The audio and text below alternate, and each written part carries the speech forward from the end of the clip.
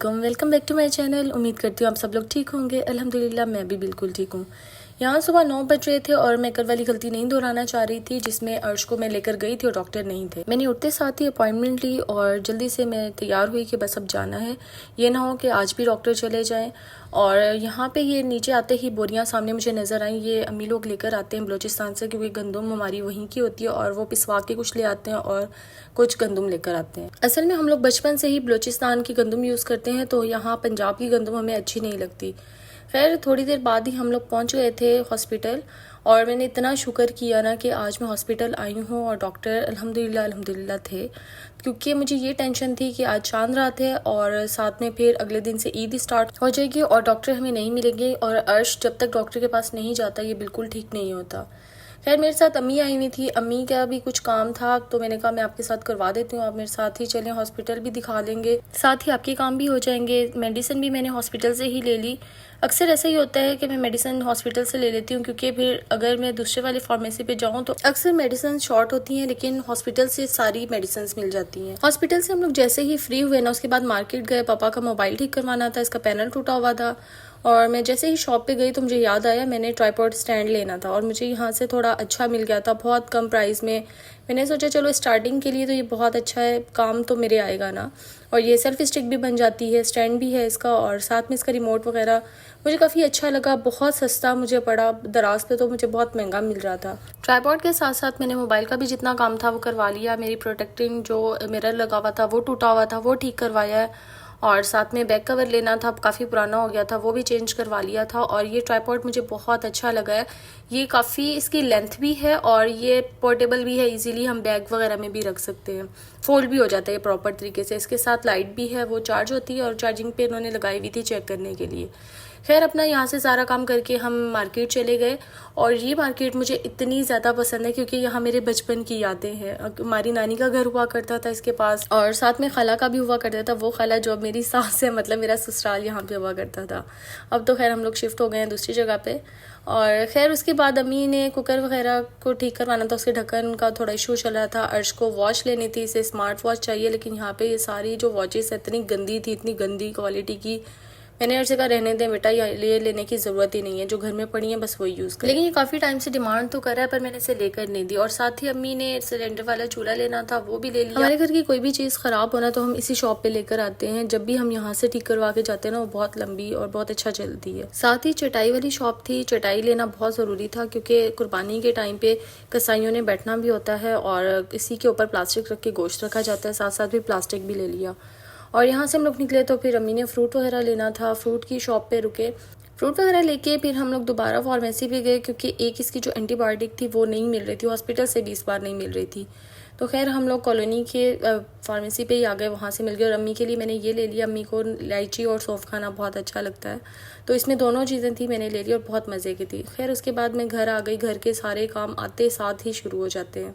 अर्श के लिए मैं सिरेलैक लाई थी क्योंकि उसकी डिमांड थी मामा मैं सिरेलैक खाऊंगा, कुछ खा ही नहीं रहा था, एक दिन से बिल्कुल भूखा था, तो मैंने सोचा चलो इसके लिए ले लेती हूँ, कुछ तो खा लेगा। और घर आके मैंने दूध वगैरह भी बॉईल करना था।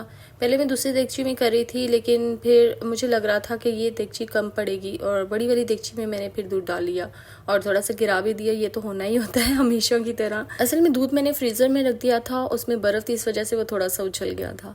और मैंने सुबह से नाश्ता तक नहीं किया हुआ था, इवन मैंने पानी भी नहीं पिया हुआ था, मुझे इतनी ज़्यादा प्यास लगी, घर आके मैंने पानी भी पिया था। सुबह बस मुझे यही जल्दी थी कि किसी तरह अर्श को डॉक्टर के पास ले जाऊँ, मुझे किसी चीज़ का होश नहीं था, बस इसी टेंशन में थी कि बस अर्श को दिखा दूंगी ना तो मुझे सुकून आ जाएगा।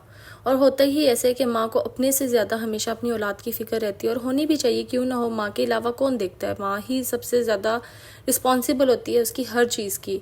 और अल्लाह ताला ने ऐसे ही माँ के दर्जात बुलंद नहीं किए, आपको बहुत कुछ सेक्रीफाइस करना पड़ता है, आपको बहुत कुछ बर्दाश्त करना पड़ता है और करना भी चाहिए, आपकी औलाद है, आप अपनी औलाद के लिए करते हैं। कभी कभी इंसान को गुस्सा आ भी जाता है क्योंकि सारी बात है, इंसान ही है ना, थक जाते हैं, कभी नहीं बर्दाश्त हो रहा होता है, लेकिन माँ वो हंसती है, मुझे लगता है अगर वो अपने बच्चे को डांटती भी है ना तो उसको रात को नींद नहीं आती। मेरे साथ अक्सर ऐसा होता है, शरारतें करता है तो मैं उसको डांट देती हूँ, गुस्सा भी कर देती हूँ और मुझे रात को बिल्कुल नींद नहीं आ रही होती। अपने बच्चे को डांटने के बाद सबसे ज़्यादा तकलीफ़ में भी माँ ही होती है, और स्पेशली जब आपका बच्चा बीमार हो तो मुझे लगता है सोचने समझने की सलाहियत ही ख़त्म हो जाती है। हर चीज़ से ध्यान आपका हट जाता है, आपका हर टाइम पे बस यही फोकस होता है कि मेरा बच्चा ठीक हो जाए। ज़िंदगी के काम तो चलते रहते हैं। अब जैसे ईद करीब है तो बहुत सारे ऐसा काम है कि हमने बाज़ार भी जाना है, शॉपिंग भी करनी है। और सच बताऊँ ना, मैं इतना अरसा बाज़ार जाती रही हूँ, कभी कुछ लेना कभी कुछ लेना, और सच में मैंने अपने लिए बिल्कुल भी शॉपिंग नहीं की। मैंने अपना सूट तक नहीं लिया, ना शूज़ ना सूट, कुछ भी नहीं। मुझे अर्श की टेंशन थी और मुझे था कि ठीक है यार, पिछली ईद वाला सूट है वो ही चला लूँगी। मेरा दिल ही नहीं कर रहा था कि मैं नया सूट लूँ या कुछ अपने लिए ले लूँ। मुझे बस अर्श की टेंशन थी और बाकी जितने भी काम थे मैं वही कर रही थी। लेकिन फिर अम्मी के कहने पे और बाकी सबके कहने पे तो मैंने सोचा चलो आज देखती हूँ, अगर टाइम मिला तो मैं चली जाऊँगी, देख लूँगी अपने लिए सूट भी। और मेरी बहन ने भी अभी तक नहीं लिया था, क्योंकि लास्ट टाइम भी जब हम लोग गए थे तो कुछ भी समझ नहीं आ रही थी। उसमें भी बच्चों ने इतना तंग किया था कि दिल करा था कि बस अब वापस घर चलते हैं, देखी जाएगी सूट की। और फिर मैंने क्या किया, अर्श को सुला दिया खिला पिला के से, और मैंने एसी भी चला दिया था क्योंकि बहुत ज़्यादा गर्मी हो रही थी। यहाँ पे सारे बर्तन पड़े थे, मैंने सोचा इसको उठा के धो देती हूँ। और ये सेल्फ़ी स्टिक थी, ये मैं बाद में इसका पूरा ओवरव्यू दूंगी। बहुत अच्छी सेल्फ़ी स्टिक है, मुझे तो खैर बड़ी मज़े की लगी है। उसके बाद मैंने बर्तन जाके धोए और घर भी शुक्र है साफ़ सुथरा पड़ा हुआ था, कुछ भी करने की ज़रूरत नहीं थी। क्योंकि जब आप खुद मेंटली थके हुए होते हो, आपकी नींदें भी पूरी नहीं होती, क्योंकि जब भी अर्श बीमार होता है ना, मैं रात को सो नहीं पा रही होती। फिर मुझे भूख भी इतनी लग रही थी, मैंने स्लाइस खाया हुआ था और सच में मुझे ऐसे लग रहा था कि मुझे चक्कर आ रहे हैं। कुछ और समझ में नहीं आ रही थी, इंस्टेंट करना था तो मैंने फ्रूट्स काट लिए। उसके बाद मैंने सोचा कि अर्श ने कल से कुछ भी नहीं खाया, कुछ ऐसा बना लूँ इंस्टेंट भी बन जाए और अर्श भी शौक से खा ले। और उसके लिए मेरे माइंड में सिर्फ आता है दाल चावल। अर्श को दाल चावल बहुत ज़्यादा पसंद है, ये वाहिद चीज़ है अर्श शौक से खा लेता है। अगर वो बीमार भी हो ना फिर भी दाल चावल बहुत शौक से खाता है। मैं अक्सर बनाती रहती हूँ, कुछ ना भी बनाऊँ ना तो दाल चावल मैं अक्सर बना लेती हूँ, और थोड़े ज़्यादा करके बनाती हूँ मैं, और मेरे हस्बैंड भी खा लेते हैं। और आज मेरे माइंड में था, खाला से कहती हूँ नीचे भी कुछ नहीं बनाते, मैंने दाल बना ली है तो नीचे दाल ही ले आऊँगी, सारे यही खा लेंगे। मैंने बनाई भी थोड़ी सी ज़्यादा थी, और मैं इसमें ज़्यादा मिर्चें वगैरह नहीं डालती जब अर्श के लिए बनाती हूँ, क्योंकि अर्श मिर्चें नहीं खाता, उसको अच्छा नहीं लगता। दाल चावल भी मेरे माइल्ड से होते हैं, बहुत ज़्यादा स्पाइसी नहीं होते। उसके बाद शाम हुई तो बकरों की आवाज़ें आ रही थी, मैंने जाके देखा और सब बच्चे अपने बकरे घुमा रहे थे। खैर मैं नीचे आ गई, नीचे दाल वगैरह ले आई और अर्श के लिए चावल जो थे मैंने इसको आगे यहीं पे खिला दिए। उसके बाद मैं ऊपर आई, मैंने मशीन लगाई, कपड़े पड़े हुए थे काफ़ी जमा हो गए थे, मेरे हस्बैंड के भी मेरे अपने भी, तो मैंने मशीन लगा ली और साथ में अपने हस्बैंड का सूट भी रेडी कर दिया, क्योंकि सुबह उन्होंने पहनना था ईद नमाज के लिए। तो रेडी होता है ना तो फिर टेंशन नहीं रहती। और साथ में अर्श के कपड़े भी इस्त्री कर दिए, मेरा तो था ही नहीं सूट तो मैंने अपने क्या ही करने। जब सब कामों से फ्री हो गई, तकरीबन 8 सवा 8 हो रहे थे, मैंने अपनी बहन को कॉल की, उससे पूछा कि क्या करना है, चलना है या नहीं। तो उसने कहा ठीक है रेडी हो जाते हैं और चलते हैं, देखते हैं मॉल में से अगर कुछ मिल गया तो वहीं से ले लेंगे। और अर्श इसलिए रो रहा था क्योंकि मैं इसे कह रही थी बेटा आप घर रुक जाओ, आपकी तबीयत ठीक नहीं है, लेकिन वो कह रहा था मम्मा आपके साथ ही जाऊँगा, घर नहीं बैठना।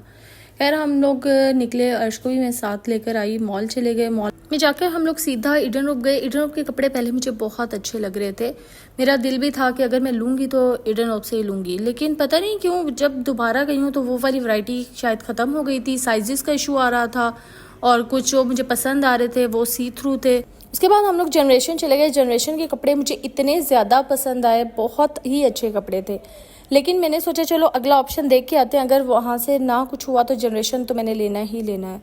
मुझे इसके जो फर्शी शलवार वाले थे आर्टिकल्स वो बहुत ज़्यादा पसंद आए। इसके बाद मेरा था कि मैं लाइमलाइट देखती हूँ, क्योंकि लाइमलाइट के कपड़े भी मुझे बहुत अच्छे लगते हैं। साथ साथ ये छोटे छोटे स्टॉल से लगे हुए थे जिसमें डिफरेंट ज्वेलरी वगैरह थी, बहुत ही प्यारी थी। बस ये था कि ड्रेसेस हम लोग ले लें उसके बाद ही यहाँ पे आते हैं।